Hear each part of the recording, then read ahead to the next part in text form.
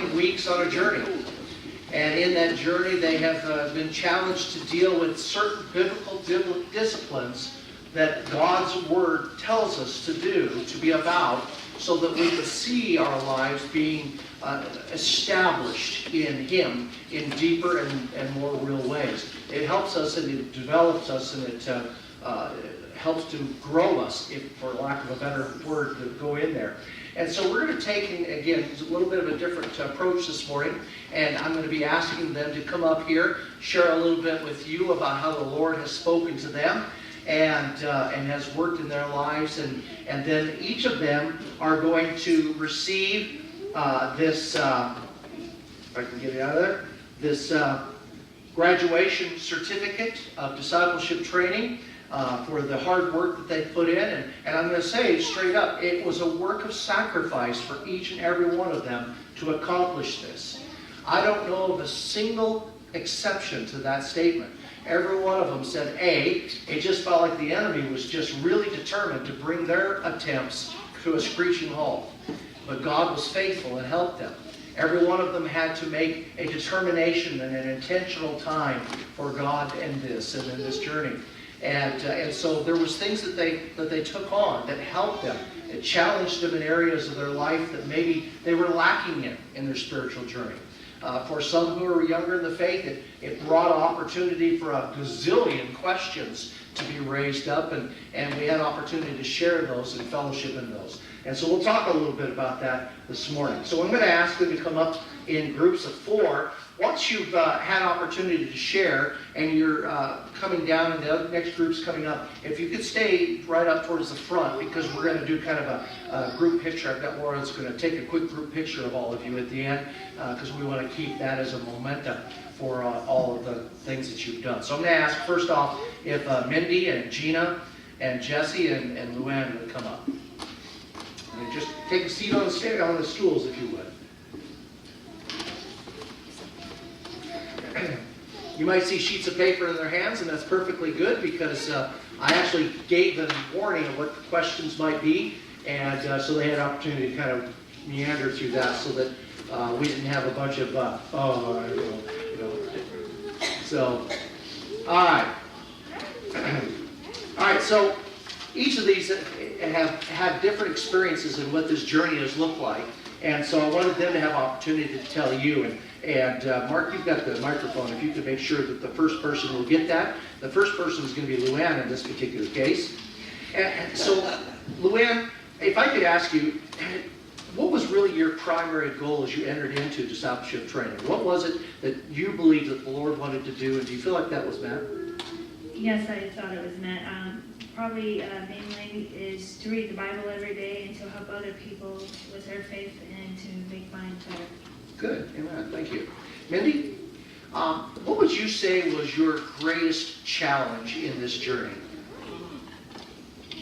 Well, the first meeting, we talked about exercise.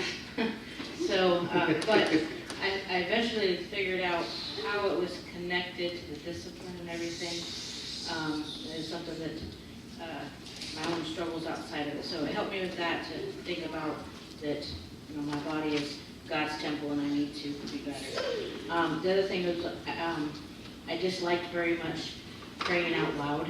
I just never felt comfortable, but I was able to do that with my prayer partner and got over that, and even would pray at Celebrate Recovery too. So that kind of, God just pushed me over that line of comfortable to uncomfortable to now I feel comfortable and understand why, and it's a communication between me and God, and not everybody, it's not a competition. So. Amen. Good.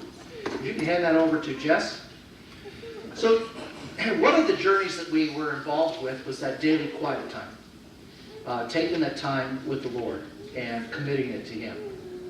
So, Jess, what would you say was the one thing that you really experienced or gained from that time? Yeah. That would be number 8.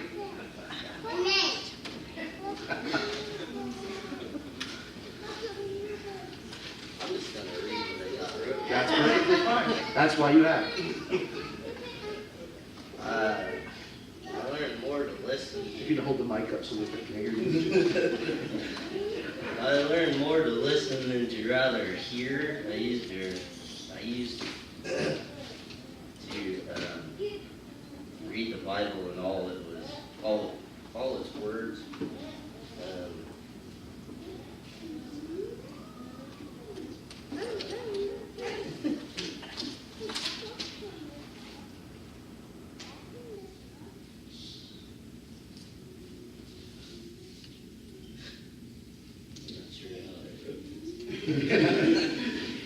Well, I was always worried about them reading my handwriting, so. Read no more than a chapter at a time, and sometimes 2 or 3 times.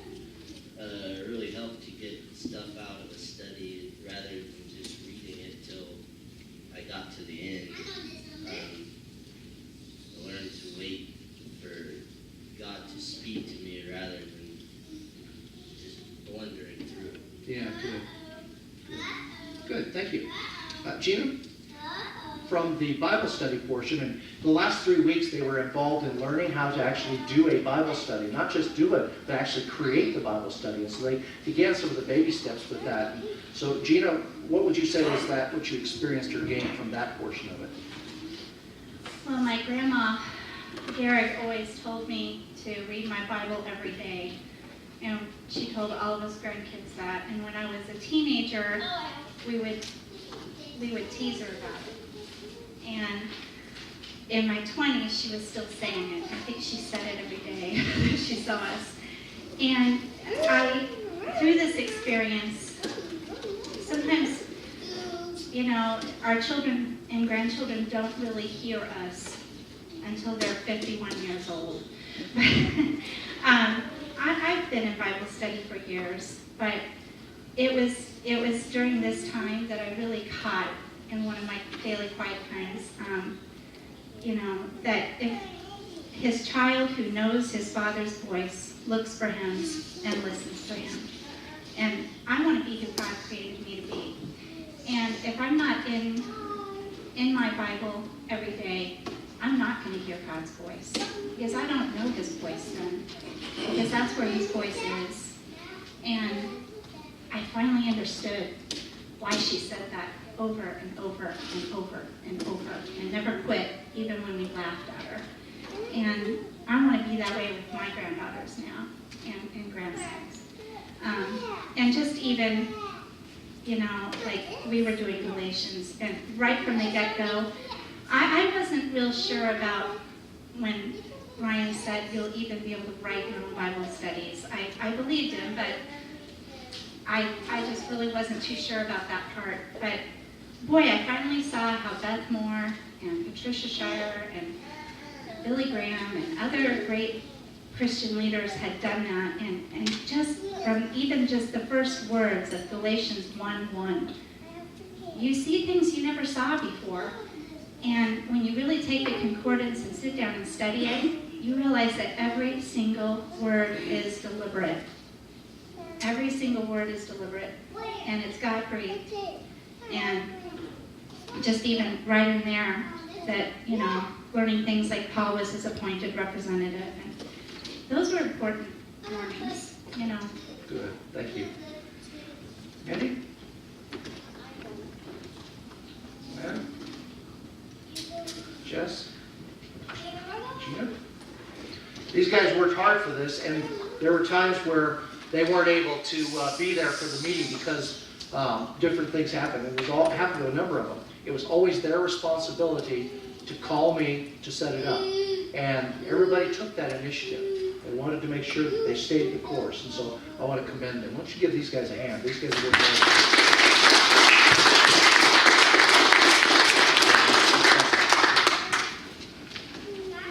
All right, my next group, if I could, real quickly, Russell and Kenny and Adam and Jen, if they would come up.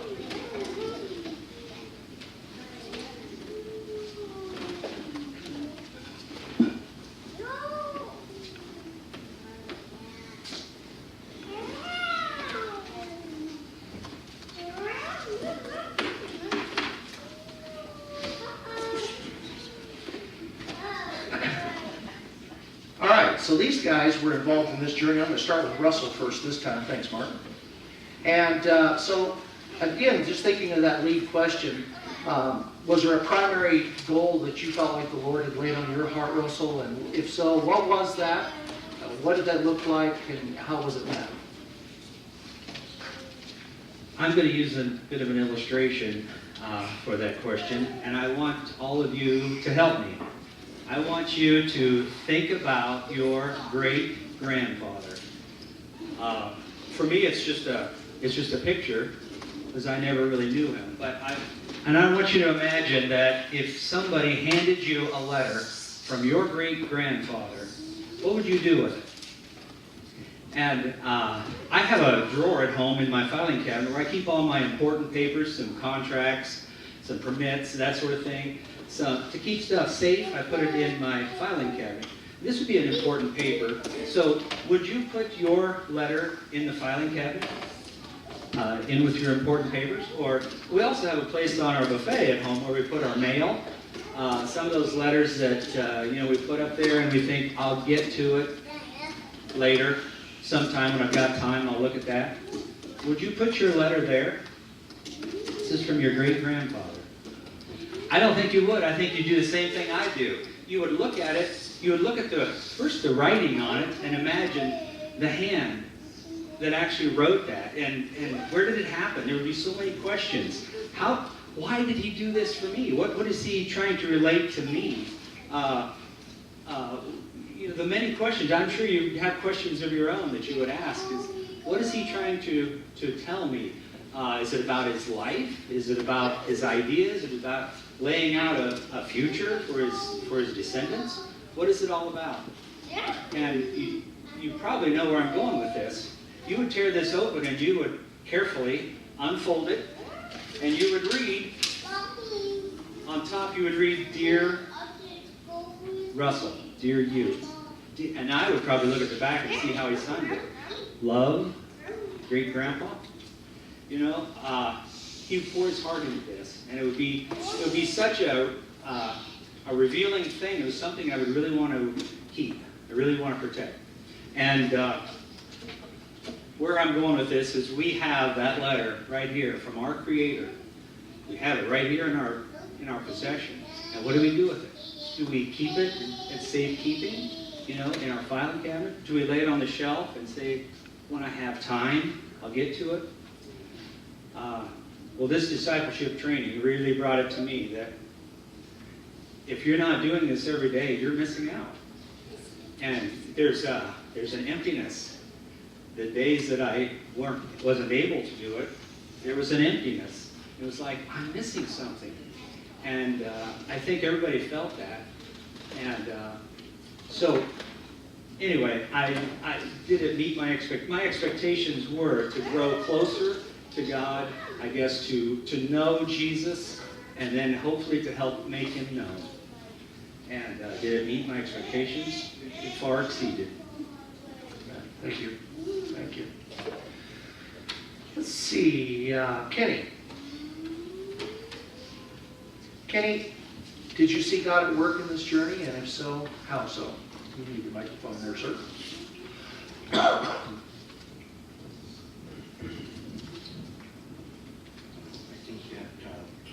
I'll hold it for you. Wounded up here, so they can hear you. I am bold in my preparation of the Lord. I can talk without. I tell you that the journey was not an easy one. I had to make some conscious decisions of what my priorities were in my personal life, as well as my walk. And I think that it, with the help of Adam here, my prayer partner, I got to tell you what a blessing. I think that was an appointment from God. I couldn't have picked a better prayer partner. And I couldn't. It's been amazing. I'm thankful that I took this. You can't